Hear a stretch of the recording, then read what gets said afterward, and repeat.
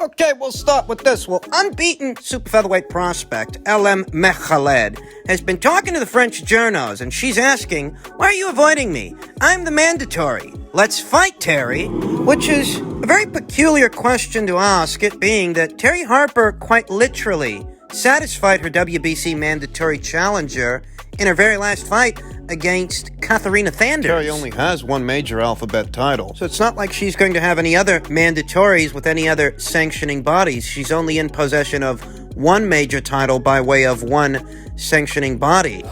Since she just satisfied her mandatory challenger in her very last fight, she won't be ordered to satisfy another for at least 12 months from that date. So what the hell is LM Mekhaled talking about? I really don't know if LM Mekhaled is confused about something here, or if this is just LM playing the game. Calling out a very popular fighter for a fight. As Terry Harper, arguably, is the biggest name in the super featherweight division. I think there's a genuine argument that can be made to back that claim up. Terry Harper is the girl to beat at 130 pounds. So it's only natural that a fighter like LM Mekhaled might want that opportunity, might start calling her out. But the notion that somehow Terry is avoiding her, come on, the notion that she's Terry Harper's mandatory challenger. When did that happen? LM Mekhaled is an MTK global fighter in that way. She has some resources, and I think it's about time she put those resources to good use.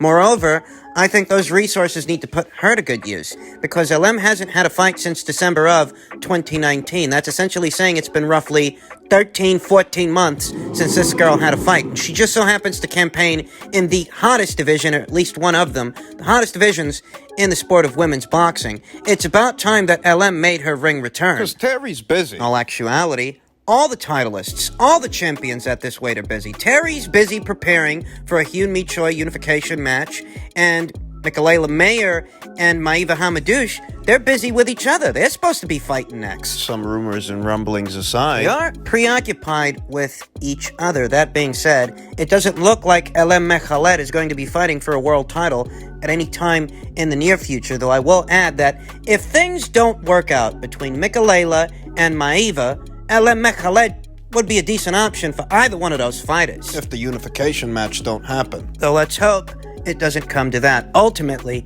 if LM Mekhaled wants to corner Terry Harper or any one of these other champions at the weight, if she wants to pin down an opportunity with one of those fighters, it's not going to happen on Twitter. She just so happens to campaign in one of the hottest weight classes in the sport of women's boxing. She does. There's plenty of fights with plenty of fighters out there to go around. So just pick one. Because I'll tell you something, calling Terry Harper out like this when she's preoccupied, when she's en route to a unification match, that ain't going to get you nowhere. And just in keeping with the theme of news coming out of the super featherweight division, we now know a little more about who former WBO super featherweight champion Eva Brodnicka is going to be fighting in March. It appears she's going to be taking on Bulgarian slugger Brodnicka-Koleva. Sports a professional record of 10 wins, 11 losses with 1 draw, 4 knockouts. A fighter who has shared the ring with the likes of Eva Hamadouche 2 times, Firuza Sharapova, Svetlana Kulikova, all right, even Katie Taylor, Ina Mensah, Delphine Persoon, Eva Wahlstrom. Lost those fights. She's basically been in there with a who's who of solid fighters and world champions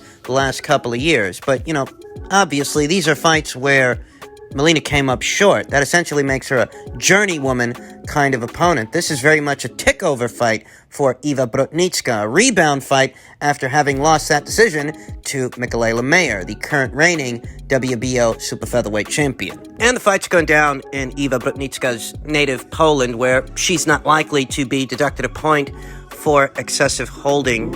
You have to wonder what happens beyond this fight for the former WBO champion. What's the plan here?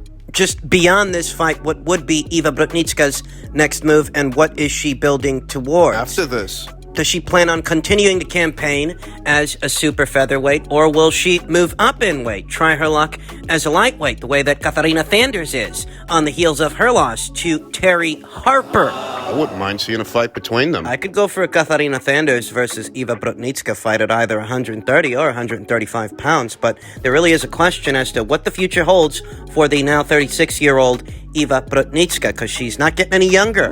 I wonder what the status of her relationship with Matchroom is now, assuming there even still is a relationship. It's conceivable that there isn't. This isn't a Matchroom card she's going to be fighting on. This is a Timex promotion, the promotional banner that Eva Brodnicka fought under before she even entered into that Matchroom deal. It's possible that Matchroom deal was contingent upon Eva Brodnicka reigning as a champion, Eva Brodnicka having that WBO title. It's conceivable that that might have been a sticking point to that deal, and now that she's not a champion anymore, she's not with Matchroom anymore. There still are a lot of fights for Eva to go around. A fight with Katharina Sanders, who I just mentioned. A fight with Mekhaled, who we just discussed in the previous segment. Alicia Baumgartner upon her return. Tiara Brown. Here's her. There's a lot to choose from for Eva Brodnicka, though. That does involve some risks for the former champion.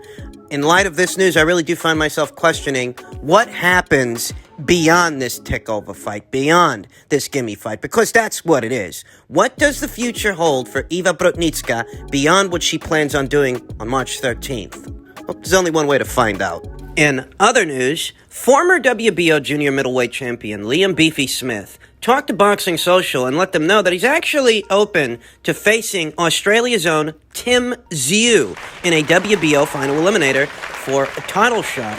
And this would be the perfect segue for Tim to introduce himself to a UK audience, perhaps not in front of one, as a fight between Tim and Liam would likely do better business in the land down under than it would in the United Kingdom, but better still, Tim facing a familiar face to the Brits. Perfect way to make his introduction to them. And that would be a sensible step up in competition for Tim, provided that he makes it past Hennis Dogan. Well, I'm sure he's a favorite to beat with the bookies. I've said it before and I'll say it again. They're doing a fantastic job developing Tim, not just as a fighter, but a marquee attraction, as Smith-Tszyu had a more productive 2020 than a lot of other fighters out there, because Smith-Tszyu actually got to fight in front of large crowds, large audiences at least 2 times last year, when most other fighters had to fight behind closed doors. Liam Smith, he's coming off of 3 consecutive victories since having lost to Jaime Munguia, but, Liam Smith, he hasn't actually had a fight since 2019. He fought 3 times that year, so he did have a productive 2019, but he, like many other fighters, didn't get to do all that much in 2020, so it's been over 12 months since Liam Smith had a fight. A tune-up is in order. He can do that while Tim takes on Dennis Hogan. There's still time to get Liam a little tune-up, little takeover, little keep busy fight to prepare him for what could be a Smith-Tszyu WBO eliminator, as Liam Smith has been out of action for roughly 13, 14 months, going on 14 months. The guy needs to shake off the ring rust. And I'll say that Liam Smith would be a step up in competition for Smith-Tszyu. It would be a step up from the kind of guys that he's been fighting so far. It would be a step up from a Bowen Morgan. It would be a step up from a Dennis Hogan. You gotta remember, Liam Smith is a former champion. And he is experienced. He's been in there 2 times with Liam Williams, Sam Eggington, Jaime Munguia, Canelo Alvarez. He'd be a very good litmus test for young Smith-Tszyu. And Beefy comes to fight. Beefy don't come to lay off. I like the idea of that fight. Really would be a step up from Dennis Hogan, because Liam, unlike Dennis, isn't coming off consecutive losses. He's coming off consecutive victories. He just needs the opportunity to shake off the cobwebs at least once before taking on a young upstart like Smith-Tszyu. Should be a good step up for Tim. As would Michael Zarafa in what would be a domestic clash of Australian fighters. That's yet another step up in competition that I wouldn't mind seeing Smith-Tszyu involved in. Ultimately, those fights are interchangeable. As far as I'm concerned, I could go for either fight. I could go for Tszyu versus Zarafa just as easily as I could go for Tszyu versus Smith. Either one is fine by me. In light heavyweight news, per tweet from Michael Benson, announced Callum Johnson has signed a long-term promotional deal with Frank Warren. He said, "It wasn't happening for me elsewhere, and Frank has a good stable of light heavyweights. So returning to him made sense. Essentially, Callum Johnson has rekindled the relationship, the promotional relationship with Frank Warren. And Callum's right. There are fights over there for him. I could go for a Johnson versus Anthony Yarde fight. I could go for a Johnson versus Lyndon Arthur fight. Poor Callum. The guy hasn't seen any action since March of 2019. That means it's been well over 12 months, well over 1 year. It's actually closer to 2 years since Callum Johnson had a fight. He was last in action in March of 2019 against Shawn Monaghan. Racked up a victory in that fight, but he hasn't been able to do anything since then. I think that Callum was caught in the crossfire that Eddie Hearn and Tesco Joe's feud with each other. Tesco Joe said some not-so-nice things about how they're doing things over there at Matchroom and Sky Sports, and Eddie didn't like it. Eddie wasn't happy about it. I think Joe burned some bridges there. And while I don't think that Callum will get the same kind of exposure and the same kind of opportunities over there at Queensberry that he would have gotten at Matchroom, provided that things were better with Matchroom, that there was actually a better working relationship between Joe Gallagher, his fighters, and the people over there at Matchroom, while the opportunities won't be exactly the same, there will be opportunities. I mean, I really could go for a Lyndon Arthur fight. I really could go for an Anthony Yarde fight. We know that Frank, in some way, shape, or form, is in bed with the people over there at Top Rank. Top Rank's got a pretty good fix on the light heavyweight scene that Callum Johnson hopes to be a part of, and I think that this could be a fruitful relationship between Callum Johnson and Frank Warren, rekindling the working relationship. It is good news for him. We are approaching the end of February. Once March rolls around, we're coming up on 2 years that Callum Johnson had a fight. It's been 2 years, roughly 2 years, since that guy was last in action, and he's not getting any younger. This is a young man's sport. Something needs to happen for him, and something needs to happen now. So this is encouraging. And I think now it's just a question of getting young Callum Johnson a fight date. He's not getting any younger. I think given Callum Johnson's long stint of inactivity, his long hiatus, we can expect a lot of gimme in what is sure to be his next gimme fight. But afterwards, things have the potential to become very interesting.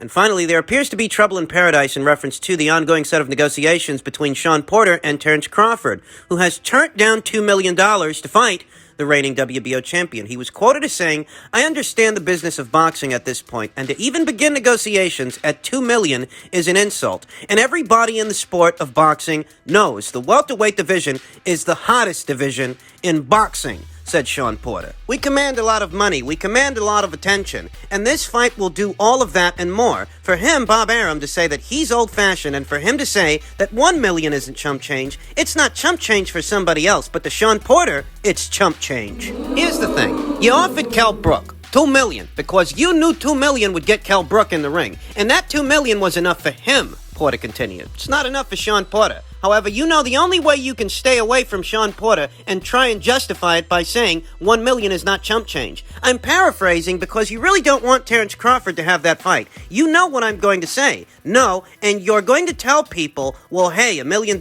is a whole lot of money. He's got a couple of losses and he doesn't have any belts. And where's the risk and reward? I can say everything you're going to say, Bob, and I know everything you're going to say. I understand it. However, it's not acceptable. It doesn't make sense. I can guarantee that if there are fans in the stands, we will fill up whatever stadium you want to take it to, said Porter. When Porter fought Errol Spence in 2019, it was Spence that brought in the fans in their fight at the Staples Center in Los Angeles. What are you even supposed to say at this point? I knew in a previous upload that I had spoken far too soon in reference to how things were going between Terence and Shawn. I knew in the back of my mind that there's going to be a bumpy road ahead, that this set of negotiations is bound to hit a snag because these PBC guys, they always want a deal that's too good to be true. They always want a deal they can't get anywhere else. And this is true 99.9% of the time. Shawn Porter seems to want in excess of $2 million, yet as a reigning champion, ahead of that Errol Spence Jr. unification match, that was what they gave him up front. That was his guarantee, $2 million.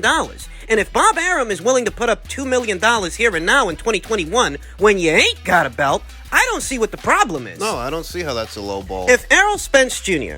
is a bigger name and a more popular guy than Terence Crawford is in the welterweight division, if all of that is true and you accepted $2 million up front to fight that guy. Why would you be expecting more money up front to fight a lesser-known guy in Terence Crawford? Especially when you ain't even bringing a belt to the table. We've been all through this. You say you're worth more than that. You say you're confident that if fans are allowed to attend, you'll fill up an arena. You'll fill up a stadium. But if you really have that kind of confidence, you take the $2 million and hope to make the rest of the money you stand to make from the upside of the pay-per-view. If you really are that confident. But if you're not really that confident, and this is all just a bluff, you don't want to show everybody your cards. If you're not really that confident, this is what you do. This? You demand an astronomical guarantee. The guarantee your own people aren't about to give you. Ask yourself a question before you go thinking that Shawn Porter's got some kind of leverage in this situation. Ask yourself a question. If Shawn Porter don't take this Crawford fight and he don't take that $2 million, can he get it somewhere else? Can he? Who out there holding a world title right now is going to give Shawn a world title shot, a world title opportunity? He already fought Errol. And he's already done the dance with Yordenis Ugas. Not that it matters, because Ugas and Spence seem to be fighting each other in their very next fight, in their unification match. The only other world title to fight for at this weight is Terence Crawford's world title, and that makes this an opportunity for Shawn, more than an opportunity for Terence. Yeah, he's going to be a champion with or without Shawn. What is Shawn Porter's alternative to a Terence Crawford fight? You say you command all this money, all this marquee value, so if this doesn't work out, what are you going to do? Sit on the couch? Is that your alternative? Because if it is, that only proves my point. That you don't actually command that kind of an audience, that you don't actually command that kind of marquee value. Nope. Because if you did, you should be able to find offers comparable to this one almost anywhere you go. If what you say is true. Shawn Porter made his pay-per-view debut opposite the ring of Errol Spence Jr., and we all know who the driving force of that fight was. We all know whose marquee value they were relying upon to sell that fight, and it wasn't Shawn's. Since then, he's lost his belt, he lost the fight, he hasn't been back on pay-per-view. He hasn't been back there since. He fought Sebastian Formella, unheralded German guy, for approximately $1 million, at least reportedly, and now you want to go to Top Rank driving a hard bargain. Boy, if You already did the dance with Brooke, you did the dance with Keith, you did the dance with Danny, with Yordenis, and with Errol. Terence is the only guy you haven't done the dance with. That being said, Shawn doesn't have all that many options. So if his only leverage is to turn down this deal and spend more time on his couch... And he has no leverage at all. Ultimately, I think this is a sensible and sensical offer for Shawn Porter. But you know what? If he doesn't like the offer because he's too good for it... Go out there and find another one just like it.